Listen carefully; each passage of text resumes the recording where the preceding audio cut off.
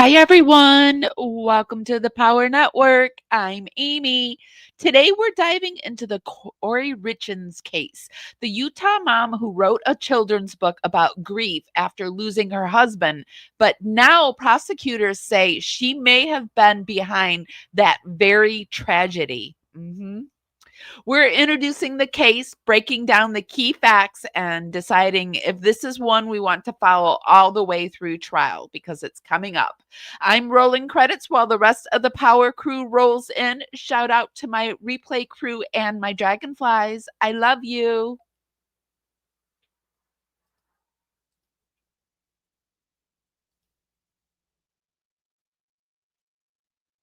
And if you're not subscribed, why are you not subscribed? I would really, really, really love to have you as a Power subscriber. If you really like my content, be sure to become a dragonfly, and that's our membership, and it's $2.99 a month. I release all my videos early. We have special emojis over in the chat room. I kind of share things ahead of time with my dragonflies, and I go live sometimes just for the dragonflies. It's a way that I can support you guys and give you more content, and it's a way for you to support our channel. It's $2.99 a month, and I would love to have you. And I put the link over in our chat, and I will put it down in the YouTube show notes. It's up there on screen. We would love to have you as a dragonfly. Okay, guys, so have you heard of this Kouri Richins case? I heard about it. I didn't realize that it was coming up.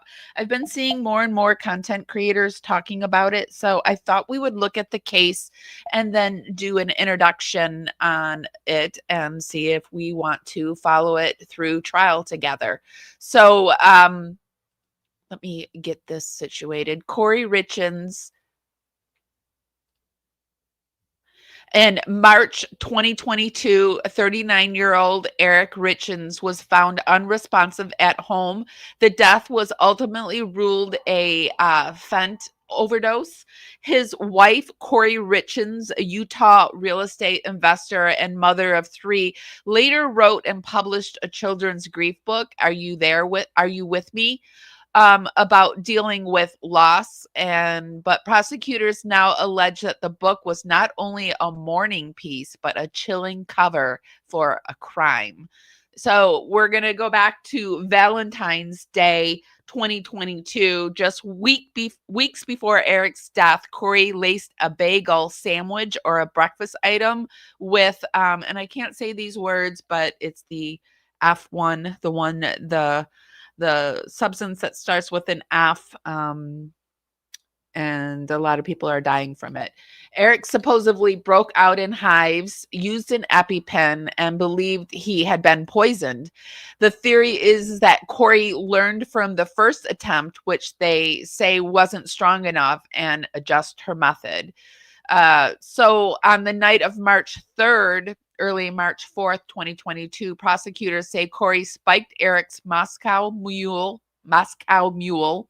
cocktail with the F1, the F word, delivering 5 times the lethal dose. The claim is that she used a lemon shot method to force a quick full ingestion. Prosecutors assert she recognized that piecemeal dosing wouldn't suffice. The autopsy reportedly detected illicit F word, not medical grade, and the amount and route suggested intentional, non-accidental poisoning. So that's what happened. Prosecutors alleged that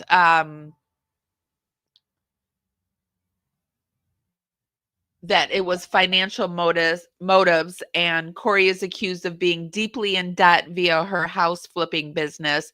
She allegedly arranged life insurance policies on Eric worth nearly $2 million, some without his knowledge. Within days of Eric's death, she closed on a $3.9 million mansion real estate deal.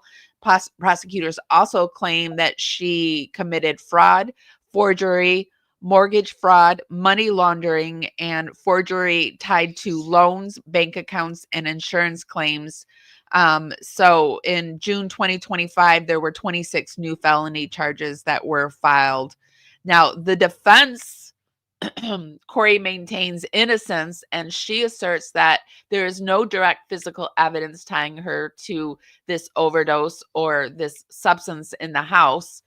Defense argues evidence is circumstantial and misinterpreted, i.e., there were deleted texts, reliability of cell mapping, etc.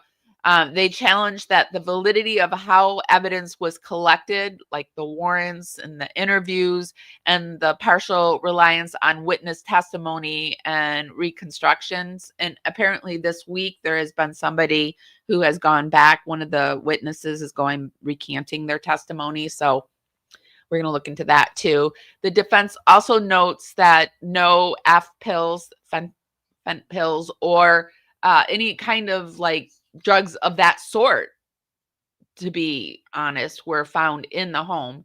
Some charges have already been dismissed or dropped from the trial. So Kouri was arrested in May of 2023. She has been denied bail multiple times.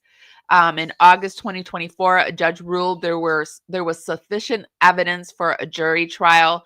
The trial was reset. Jury selection is scheduled to begin February 10th, 2026, with the trial starting February 23rd, 2026. Prosecutors have stated they will not seek the death penalty. So that's where we are in the case. I'm going to go ahead and we're going to look at the case. We're going to kind of see what it's all about. I remember seeing her on that some news reports with her book talking about it. But this was like a year or two ago. So pretty excited that this case is finally coming to trial. Hi, LK. Thank you so much for the super sticker. I just told my wife no insurance policy on me. Not until you're older. Give me some time. She slapped my arm like I can do more with you alive. Well, sometimes that's true. That's very true. And I'm glad that you have that relationship with your wife that you can joke about it. Thank you for the super sticker. You're looking forward to this trial. So am I. We're going to look at it. We're going to kind of introduce it today and get into it. I did see that lawyer Lee said in one of the videos we're going to watch today, she was mentioning that never did she think she was going to talk about the Kouri Richins case so much this week, but apparently she has, because there's been a lot going on. But I thought what we would first do is introduce it, kind of look at what the trial is all about, what she did, who she is, who was the victim, etc. And then we'll pop it back over to the current day. So if we could just get started with that algorithm dance party that I like to do, just start warming up your fingers and dancing them right up to the hearts and thumbs up button. Today we're coming to you on Facebook, YouTube, and Twitch. So hi everyone. Just hitting that hearts and thumbs up button helps us dance out into the algorithm party out there, bring more people back to the party. It's just a free way to help our channel out, and it's really, really appreciated. Okay, so let me get my screen together too. How's everyone doing? I can't believe it. It doesn't feel like Saturday today. It feels like a work day for something. I think it's because my anxiety is really high right now. So I feel like I should be worried about something, but I keep reminding myself that there's nothing to worry about. It's a Saturday, for gosh sake. It's a Saturday. It's a Saturday. So I saw Kendall Ray started talking about the case. So let's pop in with her. We've got some Kendall Ray and some Vinnie Politan to look at. Let's jump into this case here. So Kouri Richins first got media attention when she wrote a book for children about how to deal with grief after losing her husband and feeling like there wasn't anything on the market for her children to read to cope with the loss. She went on local TV to promote the launch of her book. Well, it turns out that Kouri was actually the one who took her husband's life and then wrote a book about grief for her children and for nothing to worry about. Just deep breaths, in with the power, out with the power, in with the power, out with the power. We're all safe here. For other children out there. This was really shocking to people. As you can imagine, I myself was shocked when I first heard about this. I was completely shocked. I think that's what pulls you into the case, is that she wrote a freaking children's book about this. Ugh. Like, if she did it, I don't know for sure. We got to look at it. So I can't say if she did it, but it seems like she might have done it. But if she did it, I mean, what kind of person are you?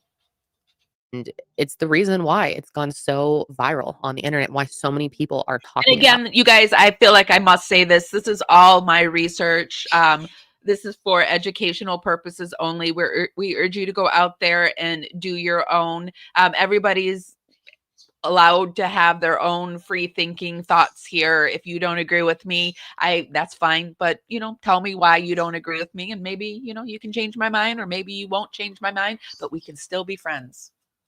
it. She was arrested on March 8th. It hit the news cycle the day after, but it really didn't start getting traction and going viral online until early May. But before I get into what exactly happened, let's start with a little background here so you can see how messed up Kouri Richins really is. Let's start with Eric Richins. Eric was born on May 13th, 1982 in Utah to his parents, Linda and Jean. And from what I've learned, the Richins family had somewhat of a legacy and were well known by people in Summit County, Utah. And those who knew Eric personally say that he was a really incredible and kind person. He was a devoted member of the Mormon Church and took a lot of pride in his religion. He actually served a 2-year LDS mission in Mexico. Really strange how there's so many cases coming out of Utah. And is it because Utah is like a state like Florida, where, everyone thinks crazy things are coming out of Florida, but it's only because we get so much from Florida, because Florida is like an open book state. You can get almost anything from the law books about what's going on. Is Utah one of those states where it's like an open book state? So that's why we're getting all these crazy things coming out of Utah, or is it really just a crazy state? Don't get me wrong. I live in Florida, and Florida is a crazy state. It is. I come from Michigan. Out of the two states, I would say Florida is the crazy one. But, Michigan is a close cousin to Florida. A lot of people come from Michigan to Florida, and a lot of people come from New York. And I believe that, no, she's in Utah. So there's not a lot of people. I haven't met anybody from Utah and Florida. So maybe they don't need to come to Florida, because Utah is the crazy state too. Mexico City, and even became fluent in Spanish during his time there. He was known for being an incredibly hard worker throughout all stages of his life and was really dedicated to anything he put his mind to. Eric was a very outdoorsy person. He loved spending time in nature. Eric was especially drawn to hunting and spent most of his childhood learning the skills it took to work on his family's cattle ranch. He was known for being incredibly good at working with horses and cows, and learned through blood, sweat, and tears how to become a rancher. If he wasn't helping his father haul hay, he was feeding animals or mending fences. And outside of working on the cattle ranch, Eric also loved sports. He specifically liked cross country, basketball, baseball, and soccer. He also was an older brother to his two younger. Okay, so I'm a Gen Xer. Sarcasm is my coping mechanism. So it seems to me like, per usual, the victim was a very stand-up, wonderful person that just needed to be taken out of this world because they were too stand-up and wonderful.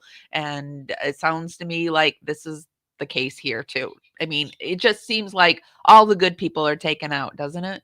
After one of her coworkers noticed this little crush and suggested that he started using her checkout lane instead. So she was kind of the catalyst for getting the two together. About 9 years ago, King says she and Kouri worked together as cashiers at Home Depot, where Eric was a frequent customer as a contractor and one of her favorites. He would come in my line all the time. You could never forget his laugh.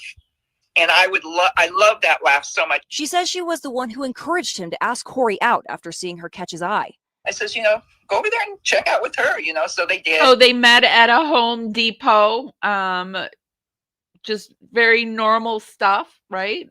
Starting to teach them how to be a rancher the way that his father taught him. And so when you looked at this family from the outside, it really appeared that they had it all, that their kids were happy and healthy, that they had a good relationship. It just seems like, isn't that the case? I just got done working on some of the Watts case content. I edited a video about the bodies of the two little daughters being explosive because he put them into oil and they had to have special coffins, and they had to have the Air Force fly them home to their burial spots because no commercial airline would allow them to fly down below because it could have exploded the freaking plane. And so, and I see over on all these on Reddit and stuff, people like making Chris Watts into a saint and making, you can tell what's on my mind right now, but it just makes no sense to me that these beautiful souls were taken out by these awful people. And it just, they're always, the victims are always these beautiful souls. And it's senseless. It's completely senseless. Eric's business was successful, and Kouri even got her license as a real estate agent and appeared to be doing well. They had all the things that they needed to live a comfortable and happy life as a family of 5, and that's what many believed they were doing. But that happiness that they had was That's what we're going to be doing this Wednesday, because I just have had it. I cannot stand the rewriting of history to make Shanann and the girls. Well, they don't usually do it to the girls, but sometimes they do rag on the girls. But Shanann, this horrible, evil person who is in truth a victim, that so we're going to bring it down to the bare bones of what this man really did and the disgusting things that he did, like leaving out even. Anyway, I'm on the wrong case. Get me back to Kouri Richins. Sorry, guys. Sorry. I just finished a video on the Watts, so I shouldn't have maybe popped right into this, but I wanted to get it off my mind. So anyway, here we are talking about this woman doing this to her man, her husband, and her children's father. all ripped away from them on March 4th, 2022. And at the hands of Kouri. Allegedly, possibly. We're looking into it. I don't know. She hasn't been convicted yet. So here we are. Herself. In the very early morning hours of March 4th at 3 a.m., a 911 call was placed from inside the Richins home in Camas, Utah. Kouri was the one who made the call. And on the call, she tells dispatchers that she walked into their bedroom and she found her husband cold and unresponsive. And this call has not been released. I'm not sure if it will be, but I'm sure we can all imagine that it has been highly investigated at this point. So at 3:22 a.m., sheriff deputies and EMS responded to their home where they found Eric's body laying at the foot of the bed. They, of course, tried to perform life-saving measures, but it was too late. And 39-year-old Eric Richins was pronounced dead at the scene. And Kouri told EMS that she attempted to perform CPR. However, Eric had so much blood pooled in his mouth that they believe it's highly unlikely that she even touched him. And she also told them that he had a pill problem. So, of course, they asked her where the pills were so they could see if he had attempted to overdose. But she tells them that she has no idea because the maid puts them in random places. And to be very clear, his family says that Eric had no type of pill problem and no pills were found in their house after it was searched. So clearly this was an attempt to make it look like this was Eric's fault. So he had blood pooled in his mouth. She had no blood on her or anything of the sort. They're saying it's an OD, but there's no pills to be found, and that the maid puts them in weird places, but now all of a sudden there are no pills. So take with that what you will. And of course, they also asked her to give a detailed description of everything that had happened that night leading to Eric's passing. And here's how she said the night went down. I mean, I gotta say, I've had people clean my house, and I've also helped clean people's houses, and I never have had a maid touch my medication, nor have I ever touched a person's medication. That's something you don't even go near, to be honest, or you ask about, like, what do you want done with this? What should I do with this, right? Same with if you saw money laying out, you just don't go near it, or you ask, what shall I do with this? Because I'm not just going to put it wherever. According to Kouri, the two of them were celebrating that night. Just hours before he passed at 11 p.m., they were celebrating that they had closed on the purchase of I remember this. They had done the purchase of this huge house, and then they think this is the reason why right here. I remember now. $2 million home that they bought for her real estate business. The home was unfinished, but it was massive, dude. There's a concept video of the house that was done up by Rosewood Homes that shows the vision for this 20,000 square foot estate. There was going to be 8 bedrooms, adjoining bathrooms, and can sleep up to 60 people for business retreats or family reunions. It has a butler's pantry, swimming pool, therapy pool, exercise room, golf simulator, full-size indoor volleyball court, rock climbing wall, 2 common rooms, 2 kitchens, and even a room dedicated for virtual reality experiences. Basically, this thing was like a resort. It sits on 8.75 acres and it's north of State Route 113 in East Midway.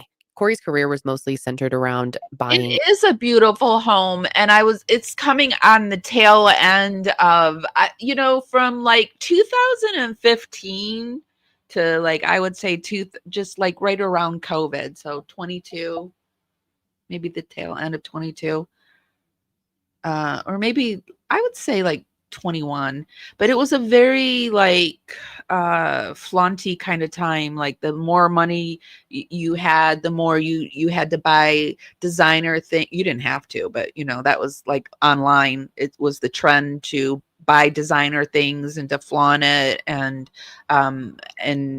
maybe this is what was happening here, was that she thought she needed to flaunt. Because who really needs a house that big? I'm not, if you have a house that big, but I just think of cleaning that house or having to buy someone, rent someone to clean that house. That's all I see, is like having to clean it and maintain it. So, and flipping houses, which I'm sure many of you are familiar with how that works. Essentially, you buy a property, fix it up, and then sell it for more than you bought it for. But here's the thing. Even though Kouri said that they were celebrating closing on this home, that wasn't the full truth. The truth was that Eric did not want to buy this home because he thought it wasn't a smart financial decision. This home was known in their area as sort of a money pit and had a pretty good deal of controversy surrounding it. I mean, court documents literally state that she and Eric were fighting over her decision to make this purchase. And I can't imagine that anyone who is so against buying this house would be celebrating closing on it. that would be a horrible time for your husband to die too, if you're fighting with them and well, I thought it was that she closed on it the day after, but maybe I'm wrong about that. Oh, and to be clear, the house hadn't even technically been closed on. Turns out they were still under contract. And Eric, it hadn't even been closed yet. So Eric was planning on telling Kouri that they weren't going through with it the day after he died. Is that a coincidence? I'm not so sure. But from what I've gathered, Kouri was determined to buy this property with or without her husband's stamp of approval. And that's exactly what she did. But I'm getting a bit ahead of myself here because at this point, Kouri is telling investigators that she and Eric had just finished celebrating closing on the property when he died hours later. Kouri explained to investigators that because they were celebrating, she made him a Moscow Mule, and she brought him that Moscow Mule in bed. After this, it was time for them to settle down and start going to bed. But according to her, one of her sons had a nightmare and requested that she sleep with him. So she goes and sleeps in her son's room. And it wasn't until 3 a.m. that she returned to their bedroom. And that's when she found Eric unresponsive. In this case, the 911 call, although we haven't seen it released, is going to be very important for investigators. Why? Because on these calls, it logs the specific information that was given, in this case, by Kouri Richins. And Kouri Richins has already made a lot of statements that do not add up. In other words, where one time she says one thing, but the facts show another thing. And that's what we're going to see in this tape. I want to hear specifically if she truly says she gave CPR. If she did, there should be signs of that they can see in terms of the autopsy and in terms of the evaluation by the ME of his body. So isn't that the investigator that was on Becca Scoops for Gypsy Rose? And I really did not agree with anything she believes.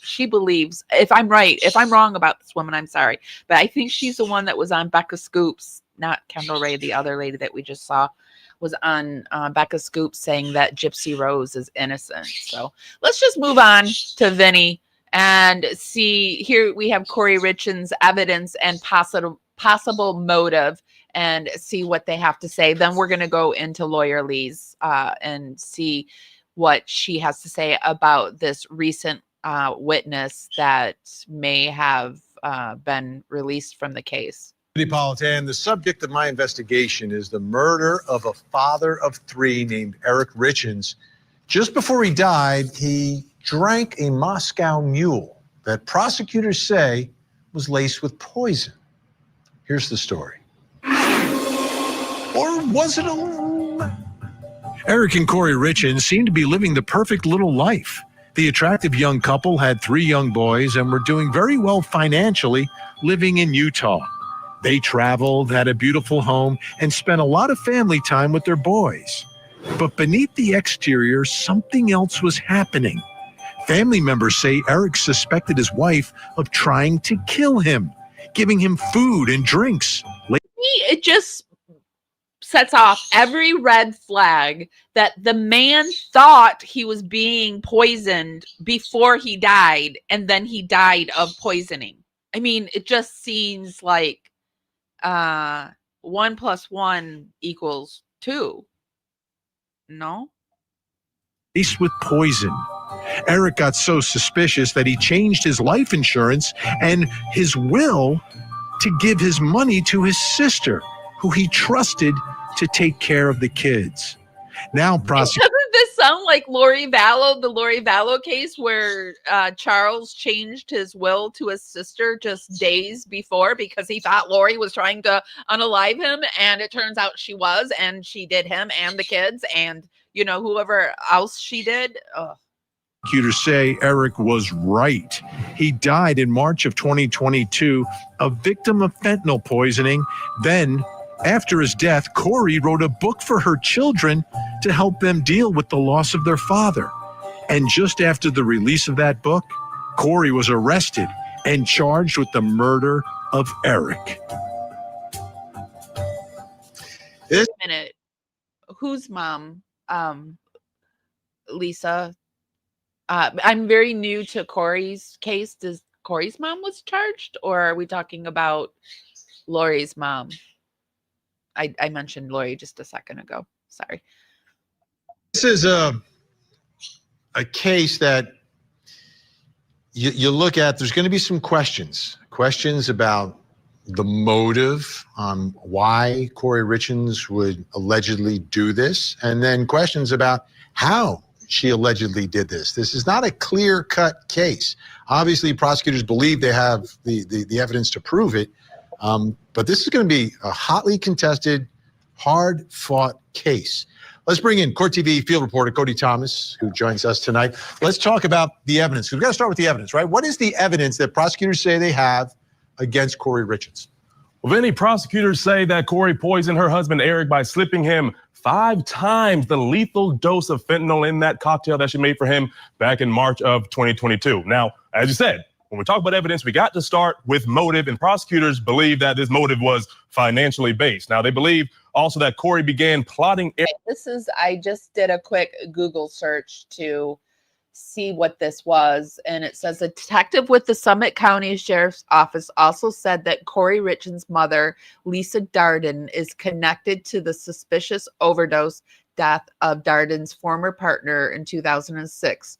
Darden has not been charged with any crime. So it sounds like they think that she's connected, but there has been no charges as of yet. We will keep an eye on that. Thank you for letting us know that, Lisa. Eric's murder in January of that year, 2022. That's when she tried to change his life insurance policy. The prosecutors also say she bought 4 life insurance policies in her husband's name without his knowledge from the years 2015 to 2017, with the benefits total. Oh, hey, he thinks he's being poisoned, and on top of it all, she's buying these life insurances. I mean, it sounds bad. It sounds really bad. By the way, the little bird's flying around. He won't take a shower, so I don't know.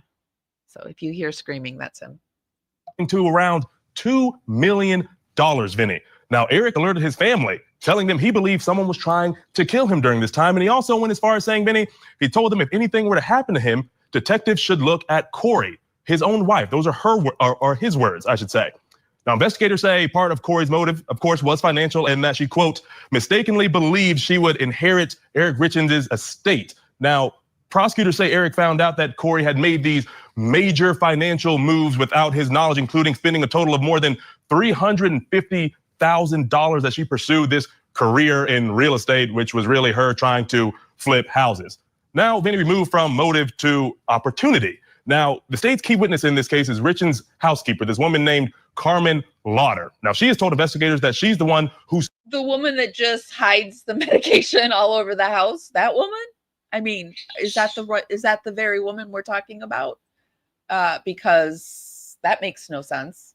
sold the lethal fentanyl to Richins back in 2022, a total of 3 times, Vinny. Now, in exchange for that information, Ms. Carmen got immunity. Okay, it does actually make sense, because if she's saying that she sold it to her, then Kouri's trying to make it seem like this woman's a thief. So yes, okay, makes sense. Got it.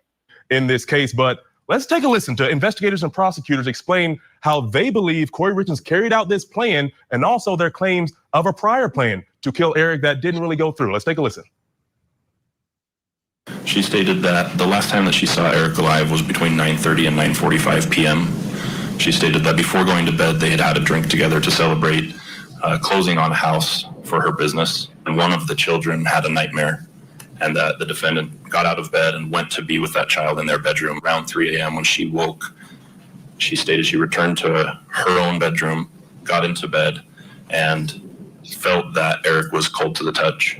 Based on the interviews that we conducted with those who knew Eric well, all stated that he did not use illicit drugs other than consuming THC gummies on occasion. The defendant learned from the attempt and applied it to the homicide. And we see that with what the court just raised. She wanted something stronger. She learned that whatever she used on Valentine's Day wasn't strong enough, which is why she went back and asked for something stronger. But she had a similar MO, right? You know, her MO is to go to the... It's so hard to believe that this woman won't be convicted, but now we've got this witness. Is the witness that we're gonna find out in a second? When we go over to Lawyer Lee, is this the witness that's recanting? Is this the witness? Because if it is, what the heck? To the drug dealer, procure fentanyl, and 2 or 3 days later, 4 days later, administer the fentanyl. That is the same. The drug is the same. The drug dealer is the same. The timing is the same. But she learned. She learned she needed something stronger. She also learned how to administer it. She learned that putting it in a sandwich where Eric Richins could take a bite, feel the effects, set the sandwich down, was not the proper way to administer a fatal dose of fentanyl. Instead, she administered it with a lemon shot, where Eric Richins would throw it back all at once. She says that in her journal article, her journal note at Exhibit 49. Is that what a Moscow Mule is? It has a lemon shot in it. I just need to know if this is the woman that is recanting. I need to pop over. It says Kouri Richins seeking jail release after star witness recants claim he provided fentanyl used to kill husband. She provided fentanyl used to kill husband. Kouri Richins, 35, is asking the judge to reevaluate her bail and the conditions of her release based on the new development. Let's see who this person is. Kouri Richins is asking the judge overseeing her murder trial to reconsider her bail after the conditions of her release after the prosecutor's star witness recanted his statement about providing the fentanyl the Utah housewife allegedly used to kill her husband. Prosecutors accused Richins, 35, of fatally poisoning her husband. I will put the links for this down in the show notes, guys. I'm just trying to find out. But now Richins' defense team claims that Crozer recanted the statement in April and accuses prosecutors of knowingly withholding the info from the defense ahead of trial. If the state cannot place fentanyl in the hands of Richins, the state has no case. Defense attorney Catherine Nestor writes in her motion for bail reconsideration, a copy of which was obtained by People. She goes on to write, Mr. Kozier's statement doesn't just poke holes in their case, it throws a grenade into the middle of it, leaving them nothing but speculation and conjecture. getting them nowhere near the realm of proving their case beyond a reasonable doubt. Included alongside the motion is an affidavit from Crozer, who states that while he did sell Lorbert Oxycontin on 2 occasions, he never sold her fentanyl. Oh. He states in the affidavit that he does not recall ever making that claim, and said that he first recanted his statement in April while speaking with 2 people from the Summit County Attorney's Office. Nestor states in her motion requesting any additional exculpatory evidence from prosecutors that only discovered the discrepancy when she herself interviewed Crozer ahead of the trial. She writes that by not informing the defense about Crozer recanting his statement, the prosecution abandons its duty to seek justice and undermines the assurance of a fair trial.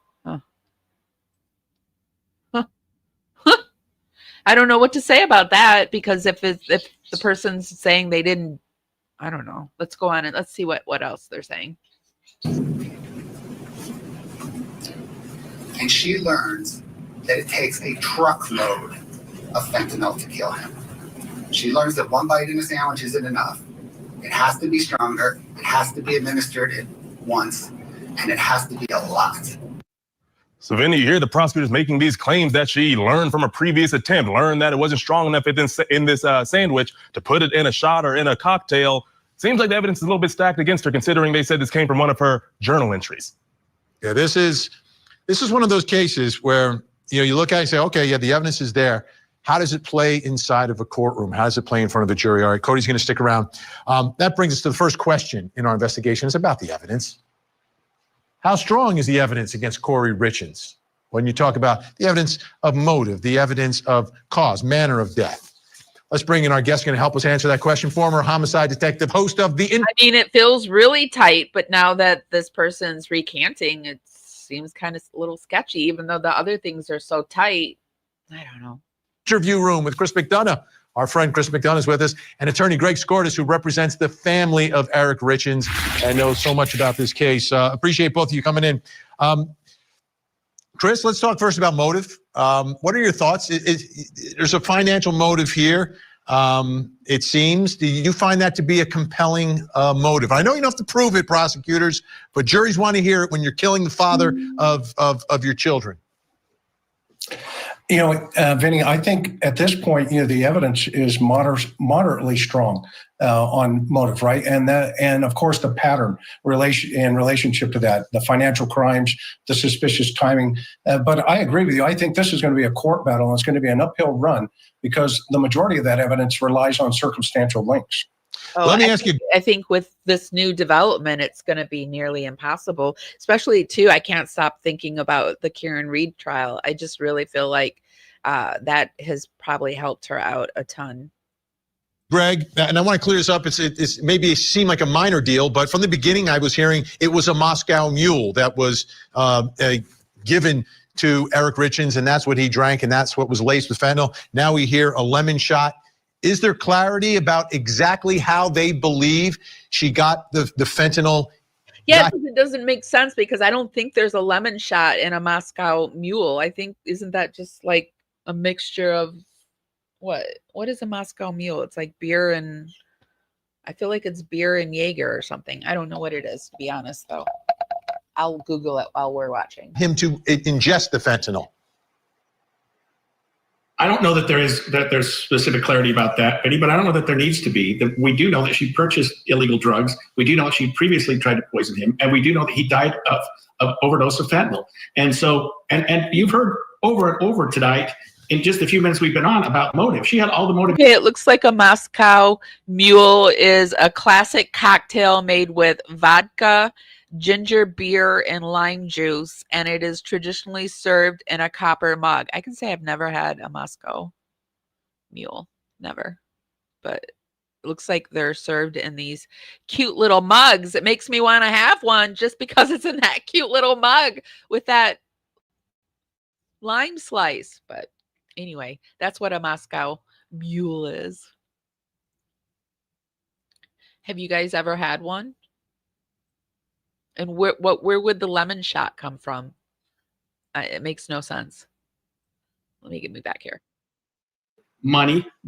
He had threatened and at least talked to people about leaving her. Hey, Amber, it's good to see you. I hope you had a great time in Colorado at CrimeCon.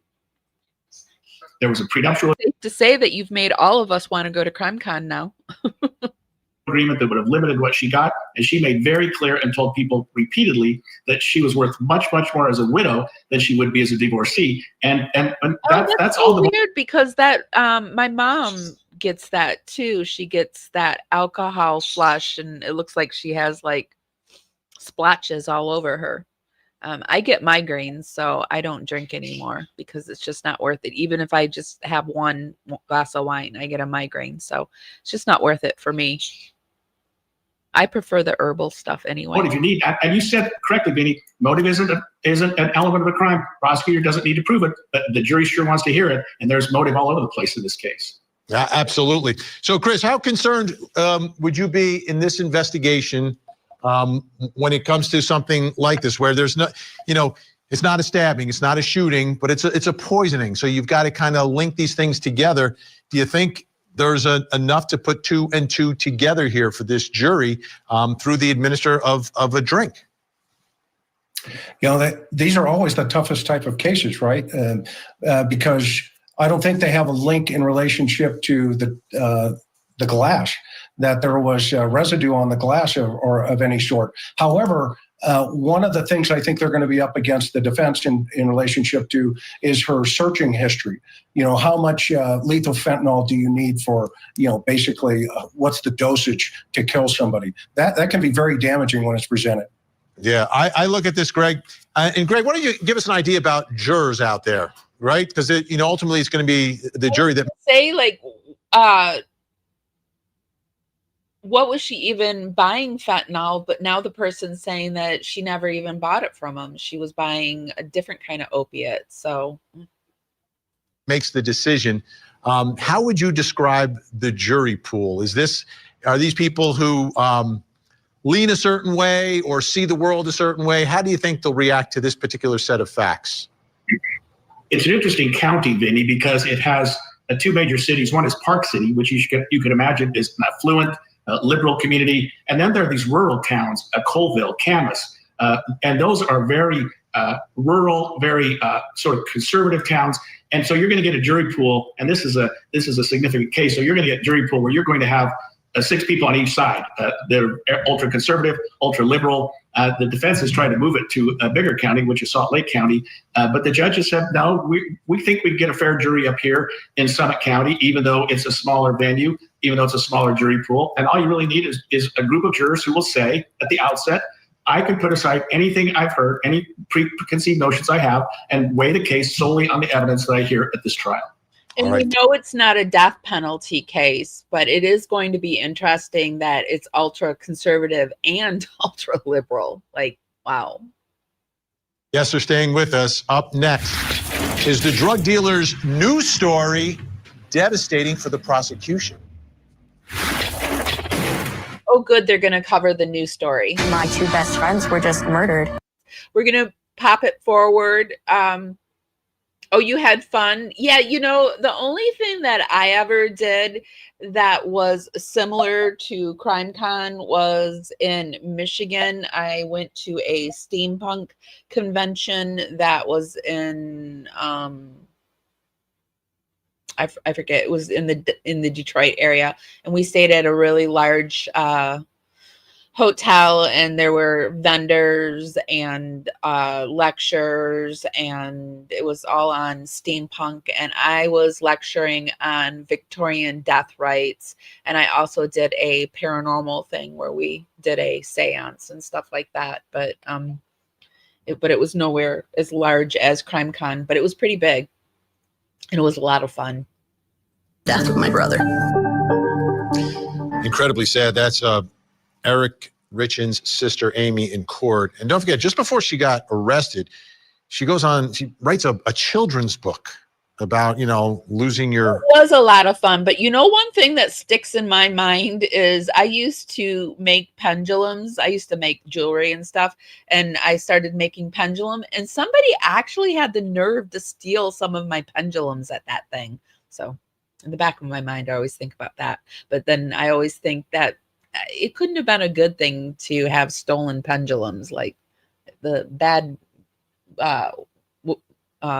woo-woo on that couldn't have been good. Parent and how a child can better grieve. And she goes on like the local television station to promote this book. And then that's at the point that she ends up getting arrested. And it's like, what is going on here? Is she attempting to commit a murder and then write a book and profit from the whole thing? All right, now we've got a big new development in the case. So let's check back in with Court TV field reporter Cody Thomas. All right, Cody, what is this new development? Well, Vinny, remember prosecutors say that. It just shocks me the things that people will steal. Like they just think they're entitled to it. It just shocks me. But yeah. I wouldn't want that mojo on anything I owned. I wouldn't a stolen, a stolen, yeah. Kouri Richins bought the fentanyl from the housekeeper, Carmen Lauber. Well, Carmen eventually told police that she got the fentanyl from this alleged drug dealer named Robert Crozier. Got it. So it's the drug dealer that's saying, right? Eventually himself admitted to police that he sold Lauber fentanyl 2 times back in 2022. Now, he admitted to that in May of 2023. Well, now his story has slightly changed, but Vinny, it's a slight change that makes a whole lot of impact. So in this affidavit presented by the defense, this is Robert Crozier's new story in his own words. It says, quote, on May 4th, 2023, I had been in jail for a short time and was detoxing from drug use. I do not have any personal recollection of the details of that interview, although I have since been told that I agreed that I had sold fentanyl to Carmen Lauber in 2022 on 2 occasions. In early April of 2025, I was asked to meet with 2 people from the Summit County Attorney's Office. I believe that both individuals were prosecutors and they told me they were prosecuting Kouri Richins. I believe that one of them was Brad Bloodworth. I cannot recall the name of the other individual who was at the meeting, but it was a man with a beard. I was sober at that meeting and had been sober for over 3 months. We met at Starbucks Coffee in downtown Salt Lake City. I believe that it was a Starbucks on 80 South Main Street, Salt Lake City, Utah. Mr. Bloodworth and the other individual asked me if I had sold fentanyl to Carmen Lauber. I told them, no, I sold OxyContin to Carmen Lauber on 2 occasions in early 2022. I told them I met her at the Maverick and Draper both times to sell her the pills.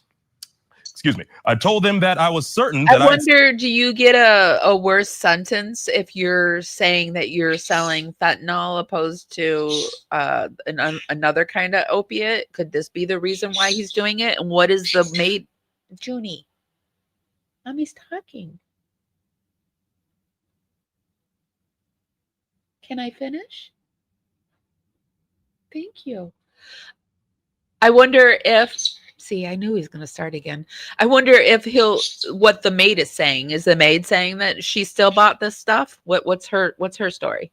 Sold Carmen Lauber OxyContin 30 milligram pills, otherwise known as Roxy's or Roxy 30s.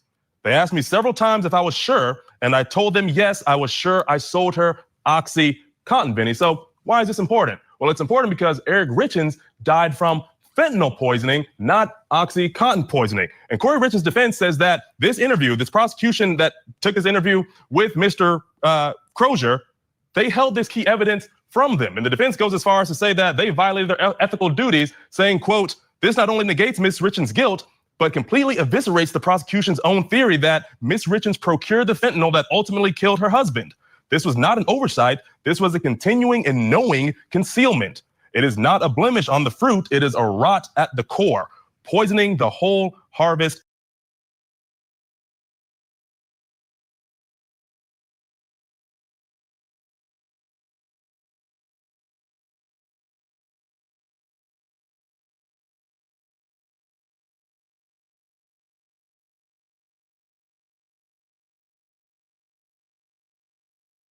Of justice.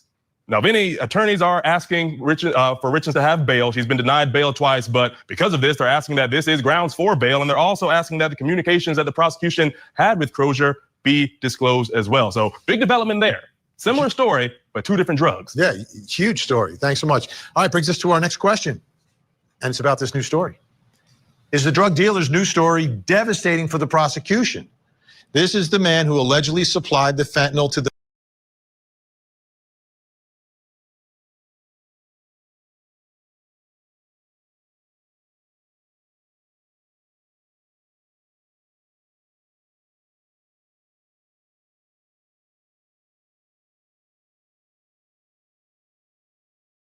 maid who supplied the fentanyl to Kouri Richins. Back here to help us with our investigation, former homicide detective, host of The Interview Room, Chris McDonough, and attorney Greg Skordas, who represents the family of Eric Richins. All right, Greg, give us some perspective on this. When I first heard it, I was like, well, wait a minute, this could be very problematic if it breaks up that chain that prosecutors wanted to present of where the fentanyl came from that ended up killing Eric Richins. What are your thoughts here? I don't think it makes any difference at all. Two things, Vinny. One, the prosecution obviously did disclose that because they know that they talked to this man and that he disclosed earlier that he sold fentanyl. Now he's changing his story. Who knows which time he's telling the truth or for what reason he's making up this story. But I'll tell you something else, Vinny, that people aren't talking about.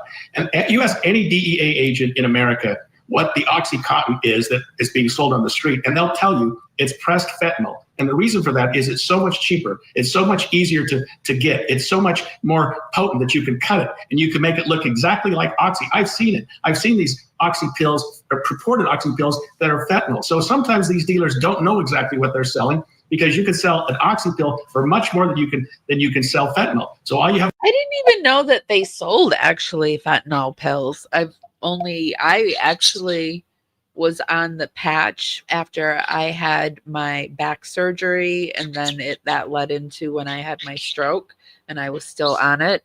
I'm not on it anymore. But I didn't know that it came in pill format. I mean, I guess it makes sense, but I didn't know that.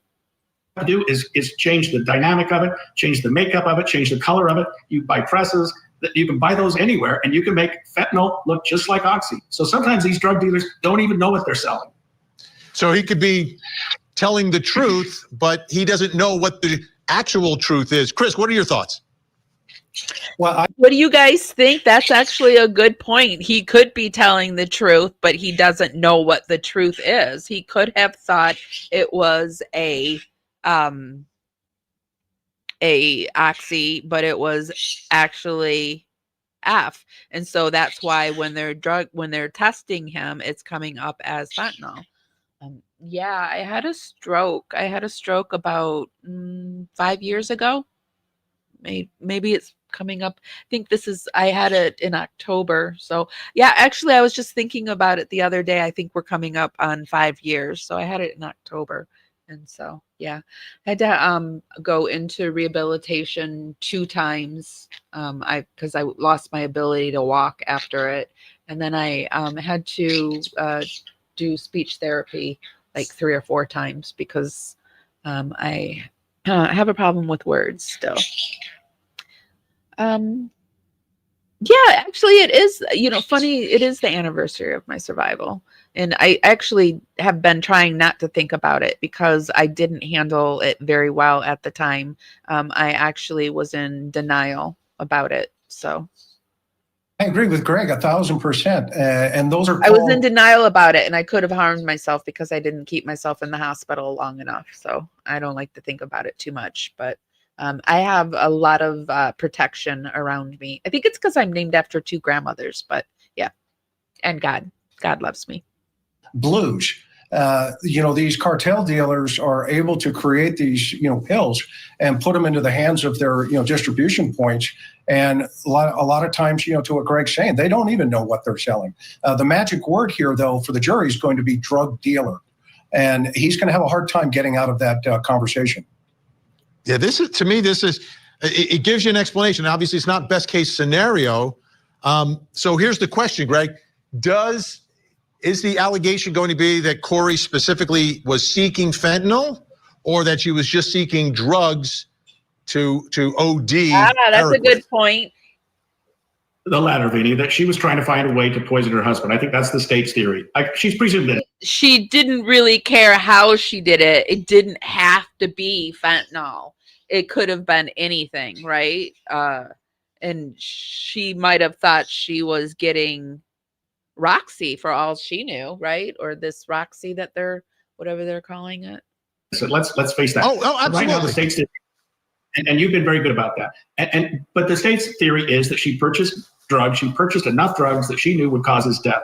And that's exactly what happened here, is that he died from an overdose of fentanyl. What she was buying, I don't know that it really mattered what she was buying, what she thought she was buying. She knew it was an opioid. She knew it was poisonous. She knew that the quantity would be lethal. And she knew that this is the state's theory, of course, and that what she'd done previously wasn't quite enough. It just made him sick, and that she needed to get over that hurdle. And she even asked for give me the Michael Jackson stuff, if you recall, which wasn't even oxy or fentanyl. She just wanted whatever it was going to take to do the job. That's the state's theory. She asked for the Michael Jackson stuff, which is is it Profenol or Prohypnol or something like that? Yeah, the Michael Jackson stuff is propofol, and that's a whole different ball game. So, Chris, let me ask you, as an investigator in a case like this, how much effort would you put towards trying to disprove that he could have OD'd on his own? Not much, to be honest with you, based on the circumstances as they exist. And I think, once they get him on the stand, this witness, you never want to see an unreliable witness. But I go back to what Greg was saying. The DA is going to have to deal with what they have, and I think the jury is going to see right through it. All right, Chris McDonough, Greg Skordas, great to see you. All right, let's go on over to Lawyer Lee and see what she has to say about this. She says that there's a dramatic twist in the Kouri Richins case. Both sides tell the witness to lawyer up. So it looks like they're telling this drug dealer that you better get your ducks in a row. Hi, y'all, and welcome to tonight's live stream. Well, if you had told me at the beginning of the week that I would be posting on Kouri Richins all week, I would have said that's impossible. We're still 4.5 months away from trial. But it has been a wild week in the case. And now, yeah, this must be why I've been seeing so much in the case this week. She's just been popping up left and right. I actually thought her case was like right around the corner, but February is a ways away. There's one more twist to talk about. Both the defense and the prosecution think that 5 key witnesses against Kouri Richins had better go out and get lawyers. They think it's so important that they are asking that the state pay for the lawyers, even though these are not witnesses who are defendants in the case. They aren't being charged with a crime. It's Kouri Richins. So tonight we're breaking down exactly what this means. Who are these witnesses and why do they suddenly need attorneys? And we're also going to talk about the way this could affect the Kouri Richins case going forward.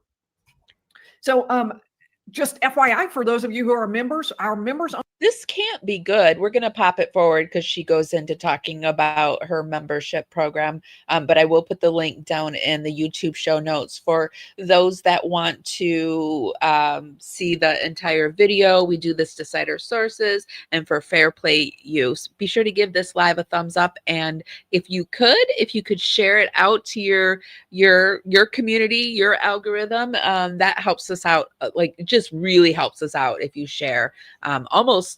It just really helps us out. I want to say more than if you give it a thumbs up, but if you want to do either or, like a share Rooney is something that is very, very appreciated.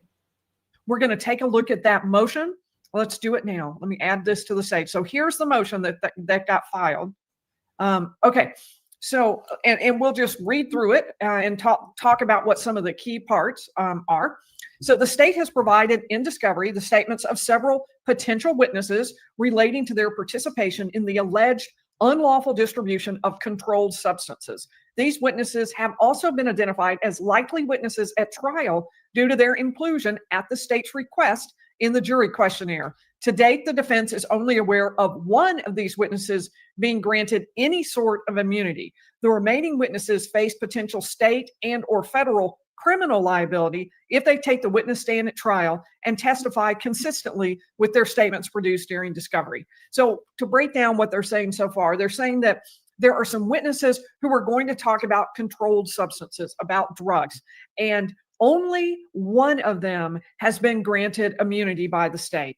And everybody else is just out there. They're being asked or are going to be asked about this at trial on the record under oath. And they may say things that incriminate them, but they don't have any lawyer, is what they're going to go on to say. So, and they say, in order to protect their liberty interests, these witnesses should be appointed counsel to advise them of their Fifth Amendment rights.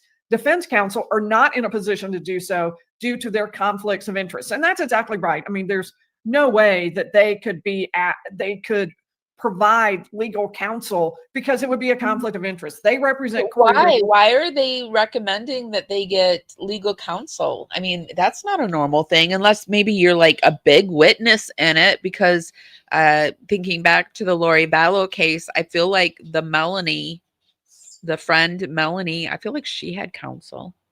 So, and Kouri Richins might want them to testify or not want them to testify. And maybe it's not in their best interest to do whatever is in Kouri's. And so that's why the lawyers can't represent both. There's a conflict there.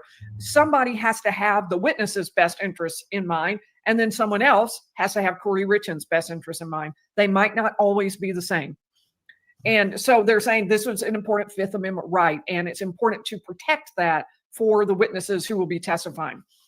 And they're going to go further. They're going to say we need to do it right away. It is important for these witnesses to be appointed counsel prior to trial in light of the Utah Supreme Court's ruling that a lawyer conducts himself unprofessionally when, for the purpose of impressing upon the jury the fact of the claim of privilege, he calls a witness to testify when he knows the witness will claim a valid privilege not to testify. So sort of put a little more layman's terms on that. What they're saying is it's not professional for a lawyer to call a jury call a witness just to say, haha, look, they had to take the Fifth. See, they're really guilty. You should think really poorly of them. A lawyer can't call a witness just for that, just to make sure that everybody knows that they're going to take the Fifth. It might be in Kouri Richins' interest to do that, but it's not appropriate. It's unprofessional. And that's pretty much, as far as I know, across the country, multiple states have found that. And they're saying that's how it is in Utah as well. That if that's your reason for calling the witness, if you know they're going to take the Fifth, and the whole reason you're calling them is so they will take the Fifth, that would be unprofessional. Next section, without the assistance of independent defense counsel advising the witnesses, there's no way for defense counsel to avoid this trap. Furthermore, and here's the second reason, defense counsel may be entitled to assert unavailability of the witness if they have advanced knowledge of the witness's intent to assert their Fifth Amendment right and can then subpoena the witness to appear before the trial judge to assert said right. An unavailability determination may lead to pretrial admission of otherwise inadmissible hearsay critical to the case. Appointing counsel prior to that procedure will serve the best interests of judicial economy by avoiding having to come back for a second appearance after the appointment of counsel and an opportunity for counsel to consult with the witness. So again, bringing that to something that's a little clearer than that, they're saying it turns out that if these witnesses will come, if these witnesses come to trial and they assert the Fifth Amendment, that may open up other pieces of evidence coming in. Oh. And to talk a little bit about why, and by the way, I forgot to say, would you please what other evidence could that admit? What do you guys think? hit the like button? That will help YouTube know, hey, we're here, we're awake. And I'll put it on my slightly different look there. Okay, so here's an example. Let's say that there's a witness who is going to take the Fifth Amendment, and there are prior statements that the witness has made. The fact that the witness is taking the Fifth Amendment means that they are an unavailable witness. And if there's an unavailable witness, then there might be a hearsay exception that covers like a prior statement or some evidence. And if so, the defense might want to bring that evidence, or the prosecution might. Lawyer Lee, 5 of them? 5 seems like it's a lot that they're recommending that 5 of them do this. But all of that can't even get discussed and started until everyone knows whether this witness is going to be unavailable. So and we'll keep going. The particular witnesses at issue include, but may not be limited to, and they list them specifically. And we're going to talk about who each of these people are. Oh, there's the drug dealer right there, Robert Crozer. As far as we know, Nick Bonsavage, Susan Kohler, Robert Crozier, Nicole Cummings, Crozier. and Sheila Peterson. And therefore, they asked the court to please appoint independent defense counsel to advise them with respect to any testimony about their alleged participation in criminal activity. So, okay, what are we talking about here? We are talking about witnesses who are going to say, at least some of them, that they sold an illegal drug, fentanyl, to Kouri Richins, and that she then used it to murder her husband. That's what the allegation is here. The prosecution says Eric Richins had and she's saying that if they know you're going to plead the fifth, that it's bad business to subpoena them anyway to get them up there, because then it's like, look, see, they're horrible people, but which people are going to do that? I mean, and there's 5 of them. So that's interesting. Seems like this case is going to be interesting. Times a lethal dose of fentanyl, and they believe Kouri Richins is the one who gave it to him. So one of the things they want to prove is that Kouri had access to this, that Kouri had the ability to get this drug, and so she could have given it to him. And so they have various people. We're going to talk specifically about who they have, but I want you to notice this list of 5 people that they just gave. That does not include the one witness we have heard the most about so far, and that is Kouri Richins' housekeeper, who is named Carmen Lauber. And we've heard. So the housekeeper's name is Carmen. So when we see that name, we'll perk our eyes and ears up. She supposedly directly sold the fentanyl to Kouri. She went out and got the fentanyl and sold it to Kouri. And she was also the one that would hide the drugs throughout the house, just put it wherever she wanted to. She's not on that list. And I believe the reason is she must be the one person that they're saying has immunity. And therefore, for sure, she's the one that has immunity. Yeah, of course. I mean, it could be that she's not, but of course she's the one. Or she might not need counsel if she's been given immunity. Now, maybe she already has counsel, but for these 5. Well, and also I think they're pretty sure that she's not going to go up there and plead the fifth, right? And she's going to say what she's going to say. So I don't think they have, and she probably already has counsel, to be honest. She probably already has counsel. What am I even saying? They don't have counsel and they don't have immunity. So they have no protection at all for their rights related to talking about crimes that they may have committed. And yet, as we just saw and talked about earlier in this week, Robert Crozier filed a very specific affidavit in which he not only stated that he had sold a drug, not fentanyl, but a different drug, to Carmen Lauber, the housekeeper, who sold it to Kouri, or at least may have sold it to Kouri. He wouldn't know all the details of that. But he also said that later on, he sold fentanyl, that now he's sober. He talked about his drug addiction during the period that he gave false testimony to the prosecution when he was first interviewed, saying yes, he had sold fentanyl to Carmen Lauber. That was false.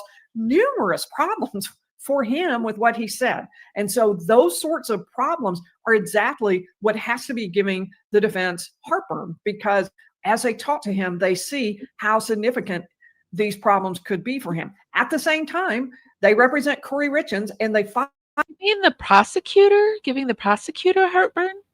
Filed the affidavit. Giving both sides heartburn, and they've already filed it. So just FYI, it's more problematic for the prosecutors than it does for the defendants, because it's now he's saying it wasn't fentanyl. So that seems like that's a problem.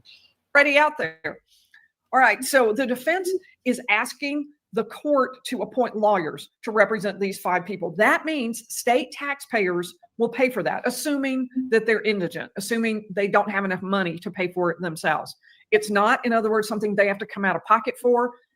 Even if they have no money, even though they are not the defendant or charged with anything, they will receive counsel. That's what the defense is asking. And so this is not just something that the defense is asking for, because frankly, the prosecution's answer was a real surprise to me. Here's the state's response. It was one sentence, and it said, the state of Utah joins in the defendant's motion to appoint counsel for witnesses. I'll make that a little bigger. And respectfully request that the court appoint counsel for the 5 witnesses identified in the motion.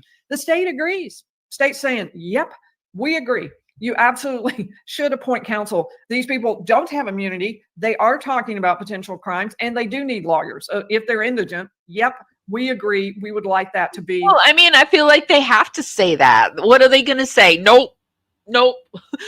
We don't think so. Of course I mean, legally, I feel like they have to say this, and that's why it's so short and to the point. Presented.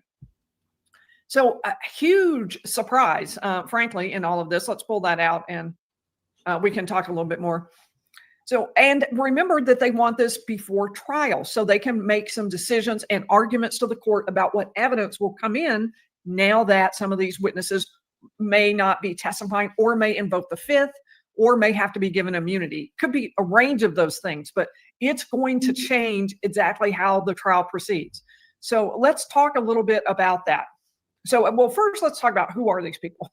And it will be interesting to see if anyone else gets immunity. That will be interesting. The answer is Carmen Lauber is the housekeeper who worked for Kouri, kind of off and on, doing housekeeping work. And she supposedly, anyway, will testify that she sold fentanyl. She, at Kouri's request, went out and bought fentanyl. And she bought that fentanyl so that she could sell it to Kouri Richins. Now, what we covered, I guess it was Wednesday night, was Robert Crozier's affidavit. He is the drug dealer who allegedly sold the fentanyl to the housekeeper who sold it to Kouri. He initially told the state, that's right, I sold fentanyl to the housekeeper. I sure did. I did that, and I did it at this gas station, just like they said. He agreed with all of that. But this past week, he's filed a brand new affidavit. And in this new affidavit, it says, Robert Crozier, I was not in my right mind at the time I did that interview. I was detoxing and coming off drugs, and I was out of my head. I don't know what I said. I don't even remember what I said. I had to be told what I said. Now that I've been told that, I will state that was false. And in fact, I didn't sell fentanyl. I'm so sure because I didn't sell fentanyl until later. I didn't even have a line of fentanyl back then. It was several months in the future before I even got a source for fentanyl and started selling that. So seems odd that he's so sure about something like that too, but okay.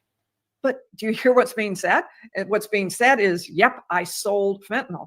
And of course, that's illegal. He's in jail now and facing charges, but isn't being represented in this case for what he's filing here and for the affidavits that he's filing here. So to me, it seems like fentanyl is probably a harsher charge than just plain old, some kind of opiate, right? So maybe he's changing it for that purpose.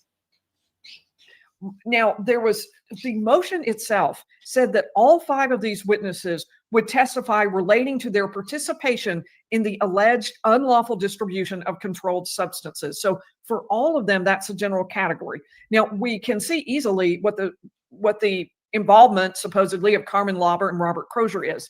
Now, as to Nick Bonsavage and Susan Kohler, let's look at another document and I'll show you what we can see there.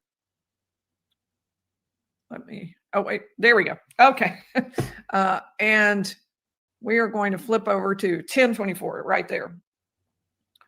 All right, and we're going to hold off on that.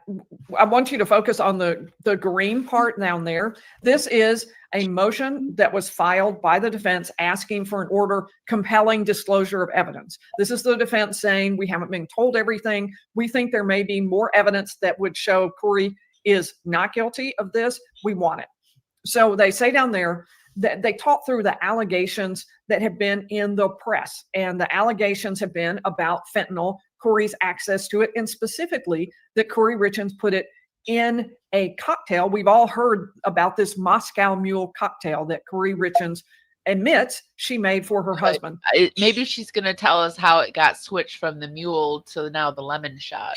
But the prosecution's hint, certainly the way I took it, was that fentanyl was in that Moscow Mule. But the defense is saying nobody even claims that there was fentanyl in the Moscow Mule, and they never found it. It's not like they did find it.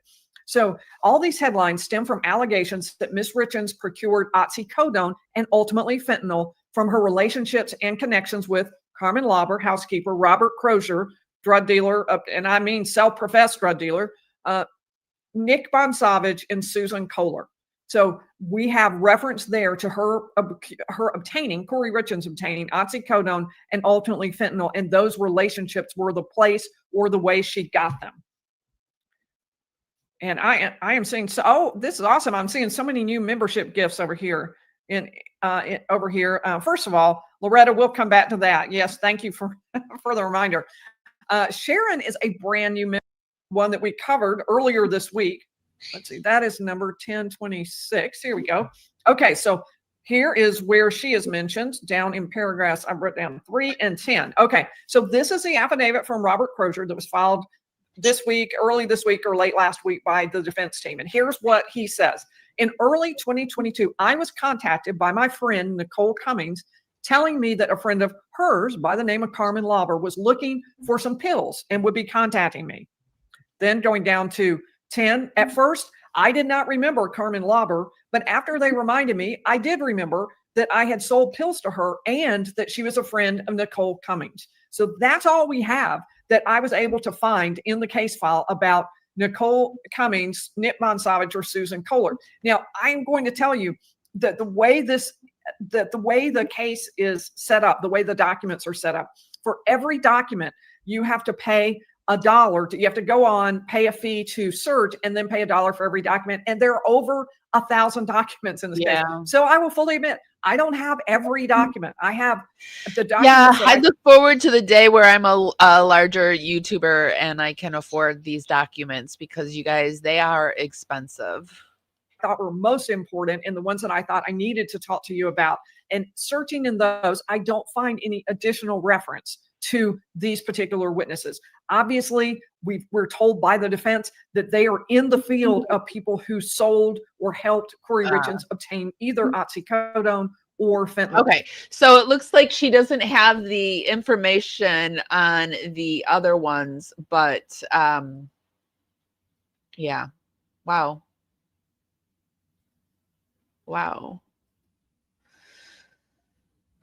She doesn't have the information on the other ones, but that's what she has. So what do you guys think about this case? I'm pretty excited about it. I want to dive into who Kouri is, look at her family, look at the kids, look at the book while we're leading up to the case, and look into this drug dealer and the maid, because I do want to know what the maid is saying. Obviously, it seems like the maid is sticking to the story. That's what it seems like to me.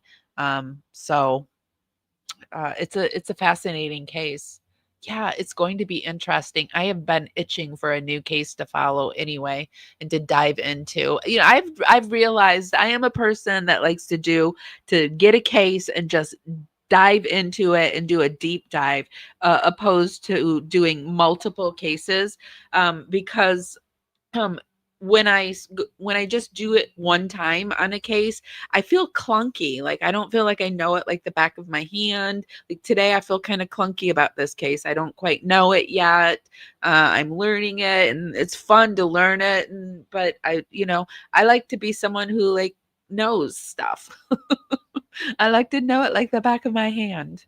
But anyway, I haven't been feeling very well. I have been going through a flare-up, so it's been really hard for me to think. So I have been just not doing a whole lot this week, kind of trying to really rest up and just be kind to myself. And I get a lot of anxiety during this time, and it's hard for me sometimes to come in front of you guys having so much anxiety, because when you have anxiety, it feels weird to be in front of people. So it makes me feel nervous, but I am starting to feel a little bit better. And so I've been trying to do more. And I do have a release today on the Watts case. I am going to start covering more, go back to the origins of the Chris Watts case, and because I think some people are starting to forget who our little Chrissy Poo is, And so I have been working on some of the Watts content. I did just put one out today on what we're going to talk about next. And we're going to talk about the kids and them having to be flown from Colorado to North Carolina to be put into the grave because that their little coffins were special coffins because their little bodies were explosive, and they had to have no commercial airline would fly them. They had to get a special flight for them. And so we're going to go over that. I do have a quick release that I did on that. If you're interested, I'll put that down in the YouTube show notes as well, and you guys can go check it out. And yeah, be sure to give this live a thumbs up. Let me know how you're feeling about the case. There's the link for the new video drop for the Watts case if you're interested. Let me know how you're feeling about this case. Thank you so much, LK, for the super sticker. Your support means so much to me, and it's really, really appreciated. And you guys showing up for me is really, really appreciated. Hitting that like button, sharing it out into the algorithm, commenting, just giving me love, anything and everything that you guys do for me. It doesn't go unnoticed. I'm a kind of shy girl, so I don't always show my emotions, but it means a lot to me. And if nobody's told you guys this today, and even if they have, I'm still going to tell you guys this. I love you guys so, so much, and I'll see you next time. Bye, guys. Don't forget to become a dragonfly. Miss my cue, but I had you for that day. Here in the blue, I'm falling deep into you. Be sure to give this live a thumbs up. Helps me go out into the algorithm party out there. Bring more people back to the party. It's just a free way to help me out. With you tonight, and it feels fine.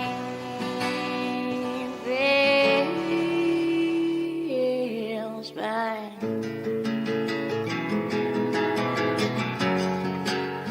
Baby, I'm dancing with you tonight. Here in the blue, I'm dancing and falling out, hoping for some time with you.